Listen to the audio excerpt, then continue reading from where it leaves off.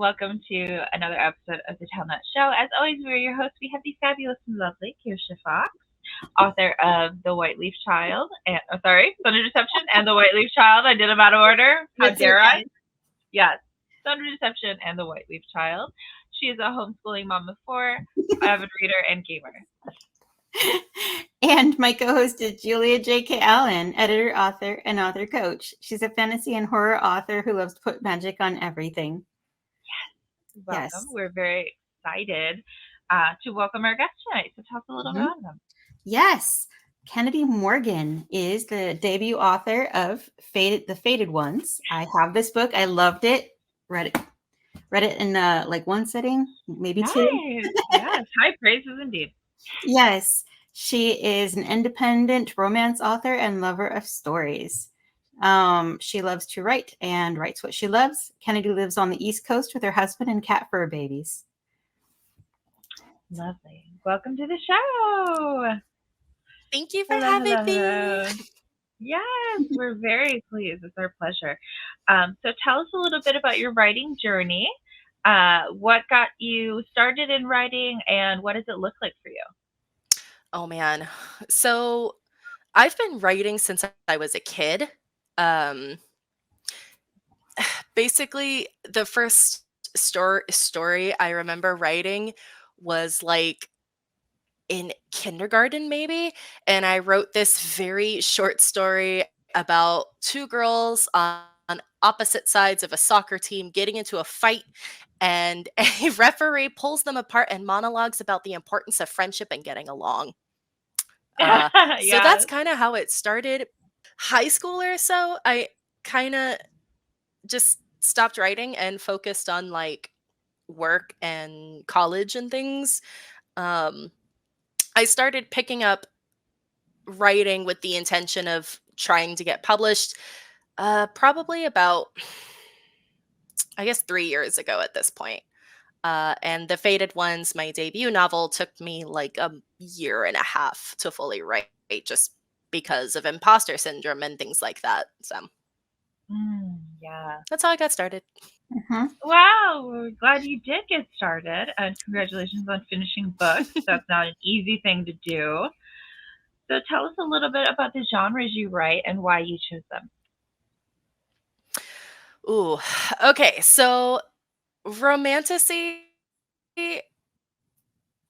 it's just so much fun to write. I love love.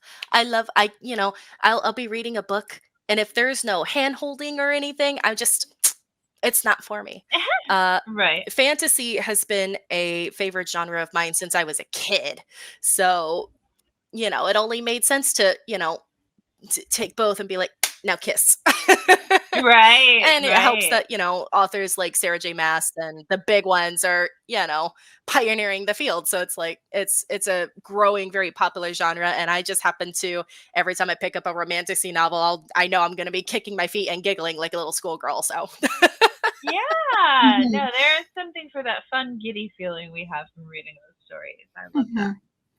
It's so funny that if an author does it right, like the first time the characters like brush hands can have you blushing redder than like the smuttiest of smut scenes, because you're like, they finally touched hands. Oh, it's just it's so fun. That giggly happy feeling you get when just things happen the way they're supposed to happen finally. There's something so satisfying about the slow burn, right? Building up between the relationship. Yes. That's so fun. The tension. The tension's so good. Yeah, I think that's why K-dramas are becoming so popular, because they are like the masters of that like slow. Like they often don't kiss until like episode 20. There's just like so much build up, but it works so well because you're just like, oh my gosh, when? My husband will look at my Netflix profile and be like, why is it all K-dramas? And I'm like, mind your business. Mind your business. I like what I like. I don't judge you for all your anime. Leave me alone. Yes, exactly. You're like, but are there rose petals and beautiful winds happening? Because right. Or no, it wouldn't be rose petals. It'd be cherry blossoms and Right. petal. You know, the Yeah. you know it's going to get good when the wind picks up with Mhm. flower petals. Like that's the good Oh, the video or the music comes on like that the Yes. OST song, and then they're just like the three They're like staring at faces. each other. Yeah. Yeah. But there's always three of them because there's always like the one person that like has unrequited love, and Mhm. they're in the background like staring like so angrily and like how dare you, or I love that. Oh, I yeah, didn't you know, like the her until ex-girlfriend you and showed up. How dare ex-boyfriend. you? right, yes. Oh my gosh, love that. Right. So, can you tell us a little bit about your writing process? How do you go from like idea to finished draft? So I'm a pantser and a mood writer, and I have ADHD. So my process looks very much like throwing spaghetti at a wall and seeing what sticks. Right. Which Okay. is spaghetti is cooked, it will actually stick. Yes. When I made a joke about this recently on my TikTok about how, like, when we're in high school, all those English literature classes, they made you dissect every word within a sentence, within a paragraph to discern the hidden message and themes that the writer was going for. And then now that I am a writer, I'm like, y'all have more brain cells than me because I'm running off of vibes. And for me, the vibes are vibing. Right. So, right. yeah. So when I did the faded ones, it was the vibe of I wanted a love triangle because that's hot. I wanted shifters and fae and dragon because those are fun. And oopsie daisy, we'll just see what happens. And yeah, I'm still learning how to actually have some bit of a structured process with my writing because I ended up having to rewrite the faded ones like twice before actually having like a cohesive plot happening. Yeah. So yeah, vibes. That's That's part of the my process, process. though. Vibes and ADHD. Yes. No, We absolutely, can all of relate. that is part of the process of just like that ugly, ugly first draft, and just keep rewriting it, keep tweaking it until it gets closer and closer to what it is supposed to Yeah. be. Like No, rough nobody draft is writes a rougher. beautiful Right. first draft. Yes. Yes. No, for sure. Right. No, I was saying the spaghetti thing. I had a friend in college who actually would throw the spaghetti on the wall to see if it was cooked, and that's how they knew. They're like, "Oh, we got to do it for fun." That was their fun way of checking. So I laughed because I'm like, it is so true though that like a lot of times writing does kind of feel like something that you're just like, what's gonna stick and work? Oh yeah. No, I Throw can't it tell against you the wall how and many figure it out. times I've cut off huge chunks because I discovered what my story was not. Right. I write it, look at it, and go, nope, that's wrong, and out it goes, and I have to Right. rewrite it again because my characters don't want to do that. Yes. Oh goodness, Yes! Oh my god! The amount of times I will sit down to write a thing thinking I know where it's going, and my characters go, actually, no. We're the main characters, so we're gonna do our thing. And I'm just like, you know what? At this point, I'm not a writer. I'm just writing up the incident report. They tell me what's gonna happen because I'm wrong, apparently. Right. It can be so true though. I know a lot of people's process is very much just figuring it out on the fly as they go. Yeah. And it makes them more fun that way. My sister loves writing that way. What do you think is the most important part of writing?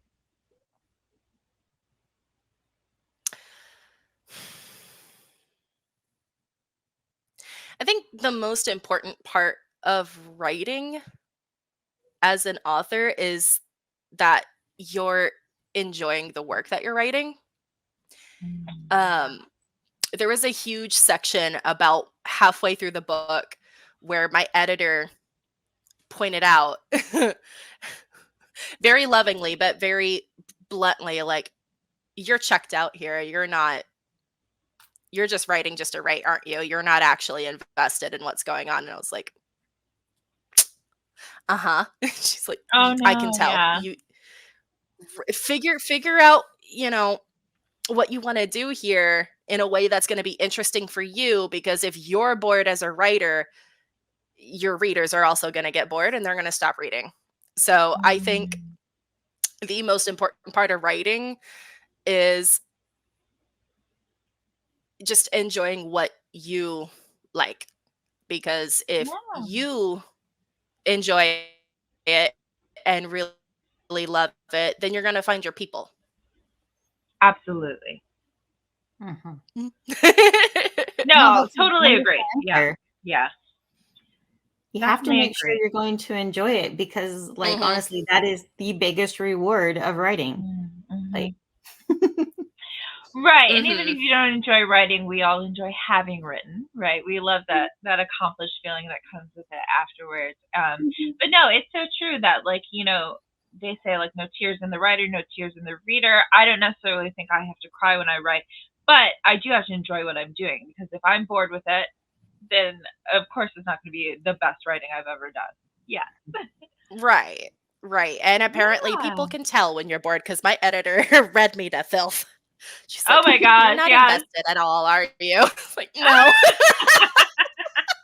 But we love that she had that conversation with you and was just like, let me check Mhm. in and let you know it's coming across that you did not care about this chapter. Right. You Oh, are yeah. literally just trying to get from point A to point B, aren't you? You're right, right. Yes, I'm Yes. You sorry. caught me red-handed, yeah, but right. it's good to have an editor who can intuit that Yes. and can call you on it and help you fix it. Mhm. I'm glad that you have that kind of dialogue with her Yeah. and that she understands you and your writing Oh, to the yeah. point where she can see it. Yes. No, a good editor is, Oh, yeah. oh my Absolutely. God. Yes. Makes all the difference. They're crucial. Like you just can't make it without them. Right. Right. Absolutely. Do you like to focus more on characters or plot?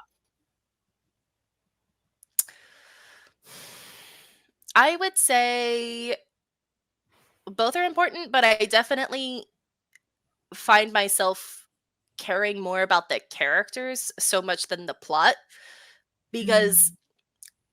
theoretically you could have like a fantastic plot and it's very well written and everything, but if your characters aren't fleshed out, or they're bland, or like there's no emotional investment in them, the readers are reading the story through your character's lenses, lies, and things.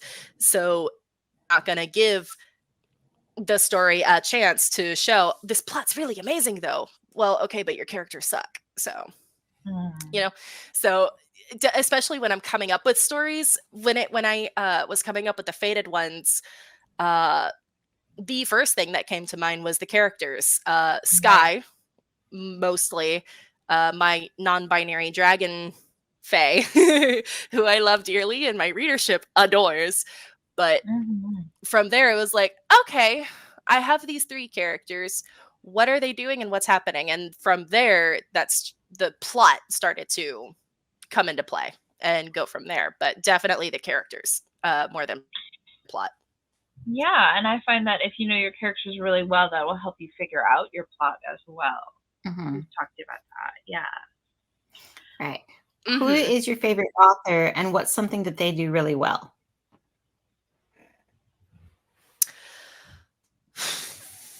I've been thinking about this. Mhm. I've Mhm. been thinking about this, and I think there's so many authors I love, and I'm such a mood reader. I'm kind of just going from one person to another all the time. But I feel like if I had to pick a favorite, it's got to be Tamara Pierce. Uh, Oh, good one. she is she is she is the reason why I got into fantasy and wanted to be a fantasy Mm. author. She writes, oh my god, I don't know if she does it intentionally, but she has like a very rich and lived in world. Um, and it starts with Alana and Alana's quartet book, and then it continues into all these like different characters that live in a different section of the world, but it all feels very thought out and very realistic with as far as within's fantasy goes. And oh my god, she writes can I cuss on this show? She writes amazing female characters. Yeah. She writes amazing female leads. Oh, love them. But anyway, Yeah. Definitely got to go with Mara Pierce. No, we love the glowing review. No, it's so hard to pick a favorite. It is so hard to pick a favorite author, and we know it's not an easy question to answer, so we appreciate the effort. Yeah. I mean, honestly, I'm amazed that you got it down to one. Like, yes, right. Right. I was like, well, there's A.K. Mulford. There's Right. there's Kennedy Sutton. There's my oh god, there's so Yeah, many. you started on Kennedy Sutton. Right. Yeah. So you got to go back to the nostalgia. Like, well, who got me into writing in the first place? Yes, yes. Oh my god. That's true.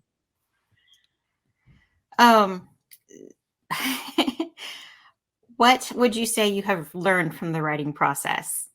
In regards to, I can't speak for all authors, of course, but it's Right. kind of like one of the more fun examples I can think of right now, as far as like people thinking, you know, the authors are playing 4D chess and we're all just, you know, 5 steps behind them trying to figure out what they're doing. I can't help but wonder how much of that is actually true and how much of that Right. is authors being more of a gardener as opposed to an architect. Like, I feel Right. like I'm definitely a more of a gardener pantser. Like, I'm just kind of sprinkling in seeds and seeing what happens. Mhm. But one of the bigger things I'm trying to learn as an author is to allow myself room to take breaks and not beat myself up over it. Oh my gosh. Yeah. Cause like so when I was first writing the Fated Ones, I mean, I'm sure we all go through this. I had rampant imposter syndrome and I Right. gave up on it so many times because nobody's going to read it. Nobody's going to care. Right. You suck at writing. Anybody who does read it is going to hate it. I pushed the publish button anyway. Yeah. And I mean, I'm no bestseller by any means, but I have had readers who private messaged me and were like telling me how much they love the story and different characters they connected to, and how dare I do that ending the way I did, and when's the next book coming out.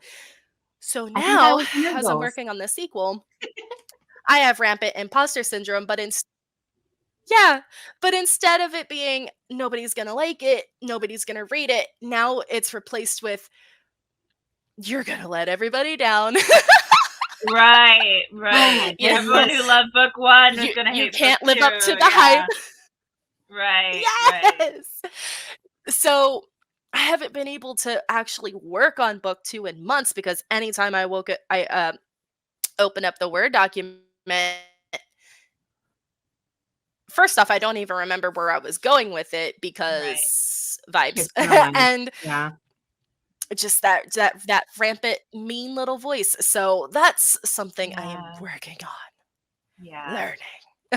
Yeah. Cannot say I've successfully done it, but working towards it. Yeah, no. I think that we've talked about it on the show, but when we compare our rough draft with somebody's finished manuscript of 10 years or more of writing professionally, that's kind of an unfair comparison, right? That's one thing that we can work on. Only compare to yourself in the past, and only if that's helpful. Or comparing our own rough draft to our own finished book. We have to remember that it took us more than a year, more than a year of, of pouring our souls onto this document to make, and then so many rounds of revisions. We can't compare ourselves to ourselves, because that's a finished product, and you are doing something from, anew. Yes, like I said, only if it's helpful in motivating you. Oftentimes I find that comparison is just a thief of joy, right? So I try not to compare too much, because like you can put that added pressure on yourself where you absolutely are getting that negative self-talk going, where it's just like, but here's the thing, you did it once, you are capable of doing it again. Absolutely believe you. Absolutely believe you've got book 2 handled. I found book 2. No, absolutely. I relate so much though, because book 2 was so hard for me to write, because I think that I had like good taste, but my talent levels were just what they were, right? And you learn so much from book 1 that you want to like make book 2 even better, even bigger, everything better. But it's like, if you put too much pressure on yourself, you kind of like do the opposite. You squash yourself with it. You squash yourself with the pressure. Yeah. Right. My motivation right now is I really want book 3 ready for September, because we're going back to Sinful Signings. Yes. And I want to have new Yes. So, unless that puts too much pressure on you, and that's also going to crush you. Don't think about that. But that's my own motivation right now. Right. Deadlines. Self-imposed deadlines can be so helpful, though. What helps me the most is writing sprints, though, because you have 15 minutes to write as many words as you can. You can't overthink, right? Because that's what we do with ADHD, is we're like, well, let's overthink everything and not get actually started. Because we can't write it unless it's already good. Yes, we can't be anything but perfect. You write a line and delete it. Write a line and delete it. Write 2 lines and delete them. No, if you're doing a sprint, the purpose is just get words. It's okay if it's garbage. Yes, and then the nice thing is you have to tell them at the end, I wrote 400 words, or however many words you wrote. So it'll actually make you start doing it, and then you'll be done before you know it. That's what's really, that's my hack. Yeah, that's how I hacked myself, is I would just do writing sprints with people, because otherwise I would never sit down and actually start, right? Because my executive dysfunction is awful. Yes.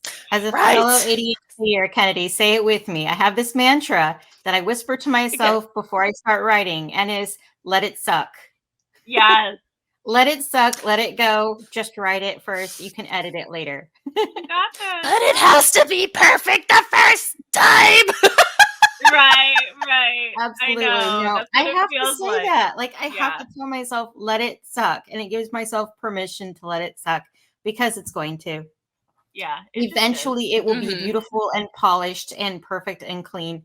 But right now it's just gotta, let it be terrible. No. First drafts are notoriously awful. Yes.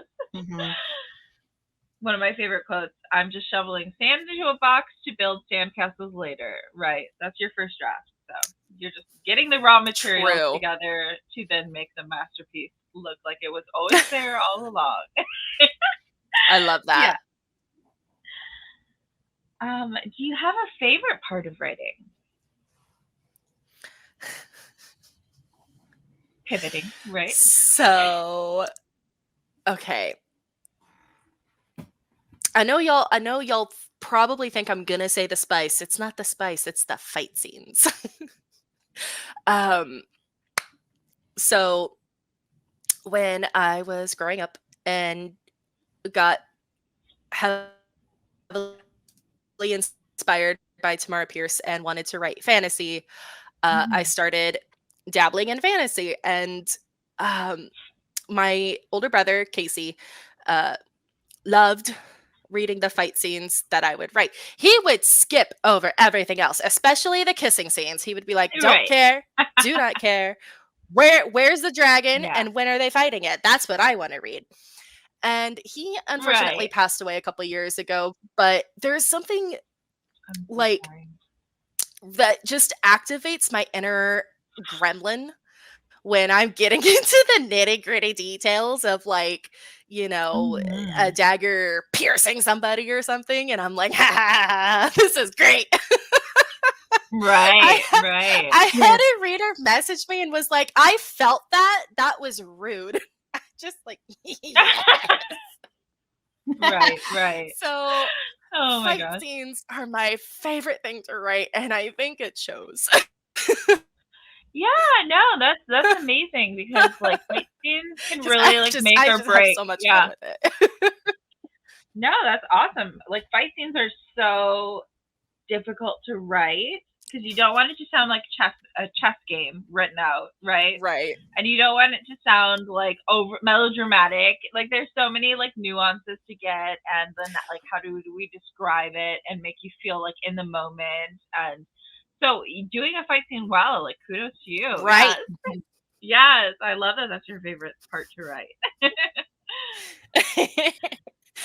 I don't know why it brings out the evil little gremlin in me, and I'm just like, Oh my gosh, yes. No, writing is therapeutic. I 100% believe that we write like we even talked about this a couple of times with like especially with other women I feel on the show where it's just like, yeah, true crime as our way of relaxing, like right.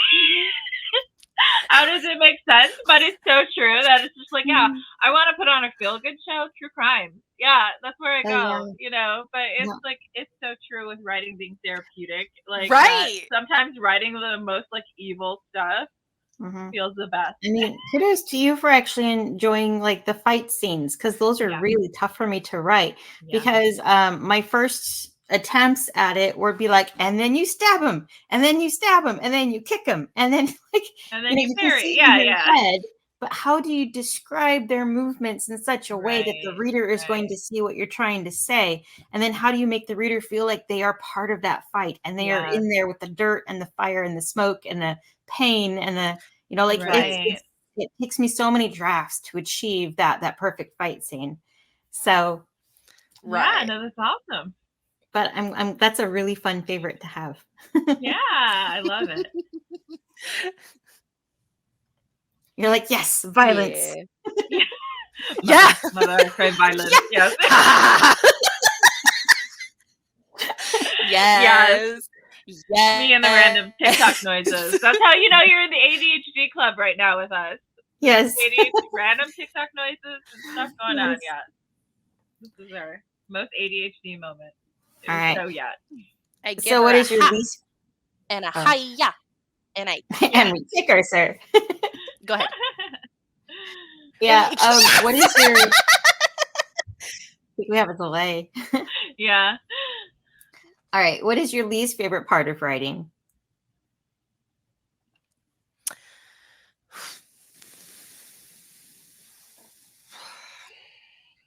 The world building.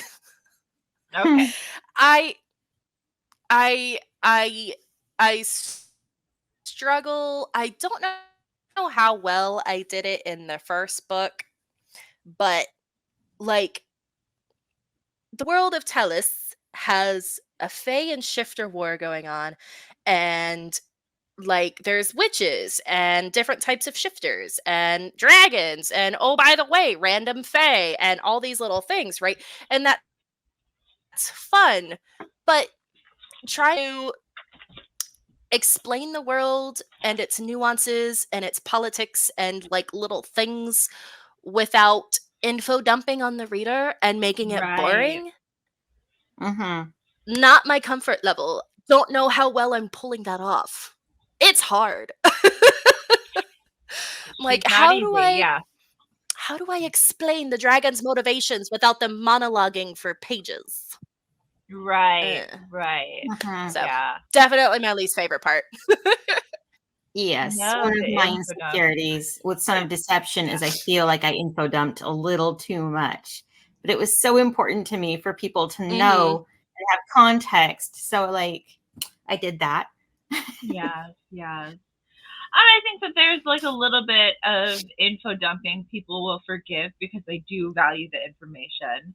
But that is one of the trickier parts of writing is like, how do I seamlessly weave in this information the reader needs to know without being like, by the way, Bob, do you remember the Great War? Remember when this happened? And So I think it is one of the trickier parts. Without the main character going into a thing and then this. Yeah, definitely. Without it like feeling like you're smack in the middle of a really important scene, and then the character breaking the fourth wall. Hi, you're probably wondering how I ended up in this position. Like, right, the old Saved by the Bell. Right. Oh my gosh. Yes. So, what influences your writing? I would definitely say Tamara Pierce does. I'm probably going to reference her a lot because she was such a big inspiration to me growing up, and what made me fall in love with fantasy, specifically the way that I do. I would say just the different authors I read, the movies and media that I watch and like consume. There was there was one it's a throwaway thought, but it was fun. I don't know if you guys have played or heard of Baldur's Gate 3, but I was playing it, and there's this certain vampire spawn. Right.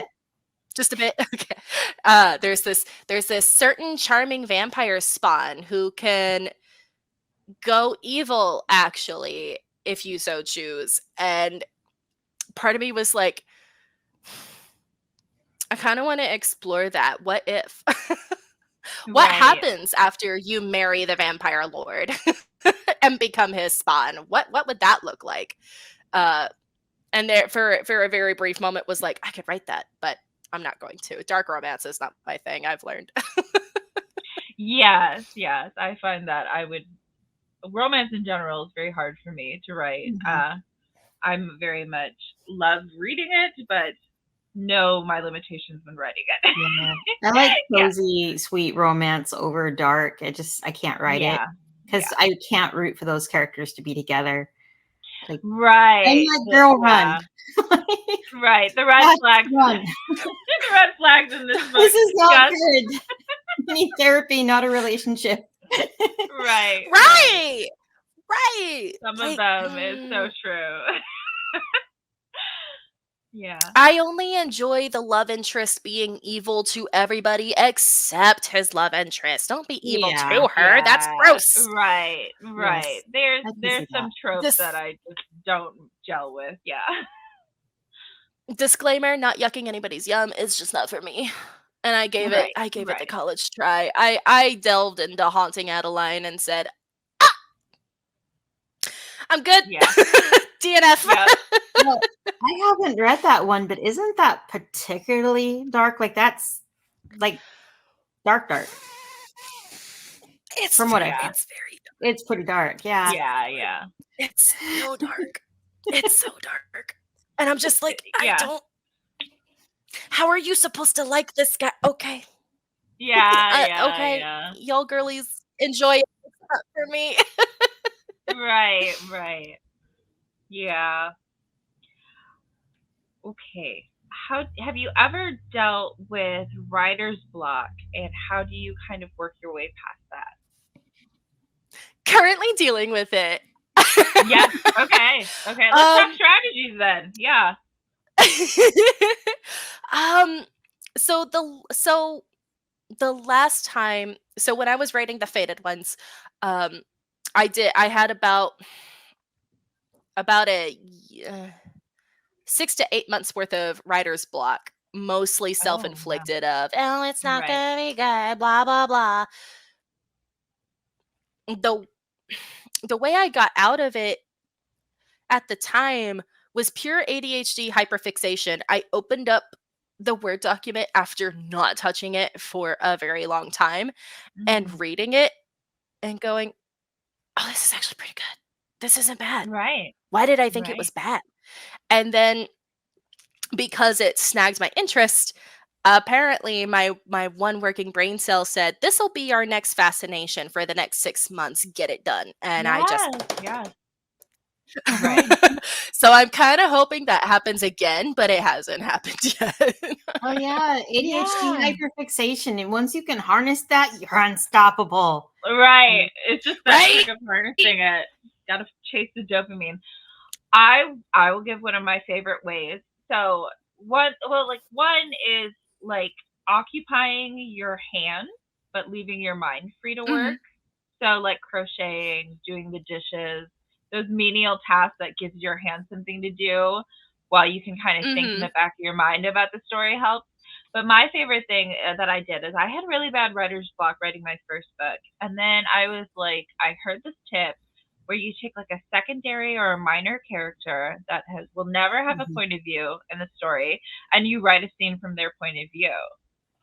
And I did that, and I not only finished the first book, but I loved that point of view so much. It's in books 2 and 3. I decided to make her a POV character because I was like, this is adding so much to the story in a different perspective because, you know, she's the unrequited love, you know what I mean? So she views things very differently, and it was just like the perfect way of working the story from another angle. So I would suggest that, like maybe trying that experience and just being like, what's a character that would never have a point of view in the book? How do they see the story unfolding? Because it's so interesting. It gets you in that headspace, Right. but from a new shiny angle. Yeah, new shiny angle. Something new and shiny. Yes, which Right. we all need because, yes, our squirrel brains are like, yes. So, Kennedi, what would you say has been your most significant writing victory so far?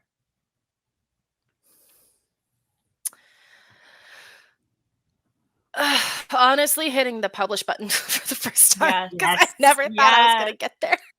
That first book, yes. Yeah. Just for me, the standards are on the floor, and I just happen to trip over it sometimes. It's so weird. I'm so like, I get such a negative trend of self-think that when I realized that the Fated Ones was done, essentially, that I was like, no, done working on it. All those mean thoughts I had about, well, the book's gonna suck, nobody's gonna read it. Well, if nobody's gonna read it, then who cares? Publish. Right. Who cares if no one reads it? It's out there. It's nice when it works in our favor for once. Yes. Right. It's like self-reverse psychology. Yes. No, I love that. That is so awesome that you're like, oh, it doesn't matter if I publish it then because no one's gonna read it because nobody's gonna read it, so it doesn't matter. Right. I absolutely struggle with that because people are like, "Oh, you wrote a book? What is it? I'll buy it." And I'm like, "You really don't? No, you know, no, you don't want to." Yeah. I find myself like deliberately like downplaying what I did because I'm actually afraid they're gonna go read it. Yes. Right. I always tell people, I'm like, read it if you want, just don't tell me about it. I don't Unless you know. liked it, then tell me all Unless about you that. loved it, then you can say you loved it. Yeah. Unless you want to crawl in my DMs and yell at me about the things I did and that plot twist and that ending, then I I love it. I'm sorry I did that.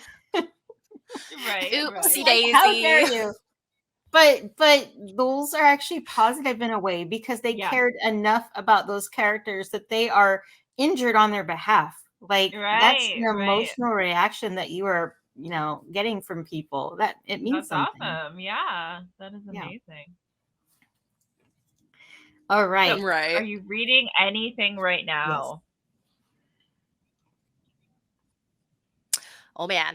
So, bit of a mood reader. I am I don't have them with me. I got a couple with me.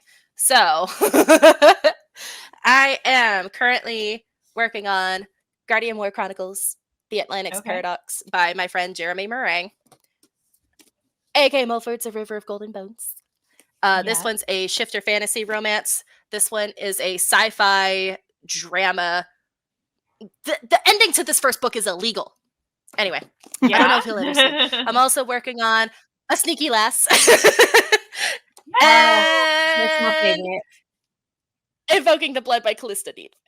This one is Hades and Persephone vibes, but with vampires.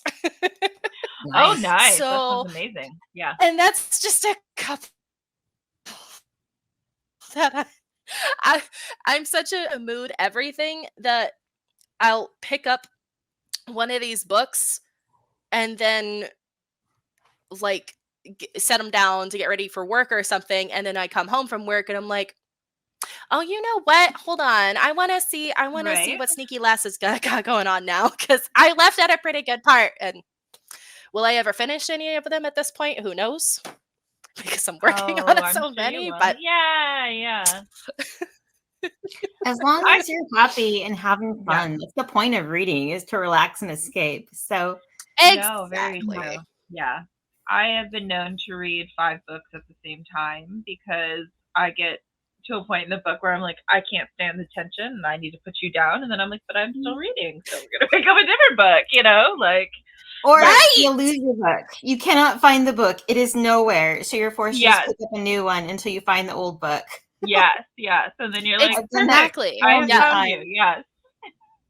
No, I'm the same way with writing too, where it's like if you have a couple of projects, that's nice because when you get like fed up and frustrated with one project, you're like, let me move on to project B in the lineup, you know. So that's really nice. Yes, options.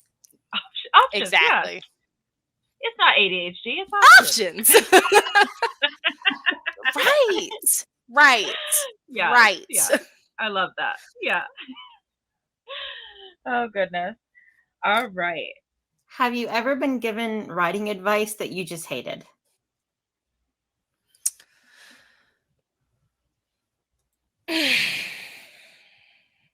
Without naming names, without calling anybody out, those elitist advice on TikTok about you have to write this way or it's wrong. You can pry my dialogue tags from my cold, dead hands. She shrieked. Right. Yes, I'm with you on the dialogue tags. They can add so much more flavor to the image that you're seeing in your head. Mm-hmm. You know, like people don't just say everything. You know, we do scream, we do shriek, we do reply. You know, we do retort. Right. Yes, exactly. Honestly, any advice that someone gives with the tone of you have to do it this way or you're not a real writer and you're doing it wrong. Right. Mm-hmm. Straight to jail. We don't listen to those. They don't know what they're talking about. Right. They don't know what they're talking about. $200. No, that's one of the reasons why we do this show and we talk so much about writing process, is because there's a different writing process for every writer that works for them, you know, and like, so it's just great to hear about different ones so that you can try on different stuff and find what works for you, because there's as many ways to write as there are writers writing. Absolutely agree. Right. There was one editor I had prior to my current editor who basically told me, you have to plot an outline. You have to plot every little thing. Because at the time she read my rough draft, she was like, homegirl, you don't have a plot. And I was like, what do you mean I don't have a plot? Things happen. And she's like, you don't have a plot. So she told me I had to plot an outline, do all the things. I sat down to do it. It felt like the book was already written in my head. So what was the point? And I learned for me that I am just a pantser, apparently. And if like I have enough of an outline, so to speak, of like with book 2, I know where I want it to end. I know like specific beats I want to hit. Right. Everything else will surprise me just as much as I surprise the readers, because otherwise I get bored and I'm like, well, there's no point in writing this book anymore. So I'm not having a good time anymore. Plots and rules and things don't work. Right. Like, all right, I'm gonna go home. There's nothing for me here. No. I know a lot of readers who are the same. So it's a very universal experience, I think, of knowing what doesn't work for you, right? Like it might work perfectly for someone else to do the outline and plot everything and then write to that. But you have to know what works for you and what doesn't work for you. Absolutely. Mm-hmm. Right. Looks like we're going to wrap up here, actually. Yeah, we want to give you the opportunity to let us know where we can find out more about you and your books online. So feel free to share your website and socials. So you can find me like mostly on TikTok. That's where I do all my meme posting and updates, and where my link tree is that has all the information. So my TikTok is at Kennedi Morgan Writes.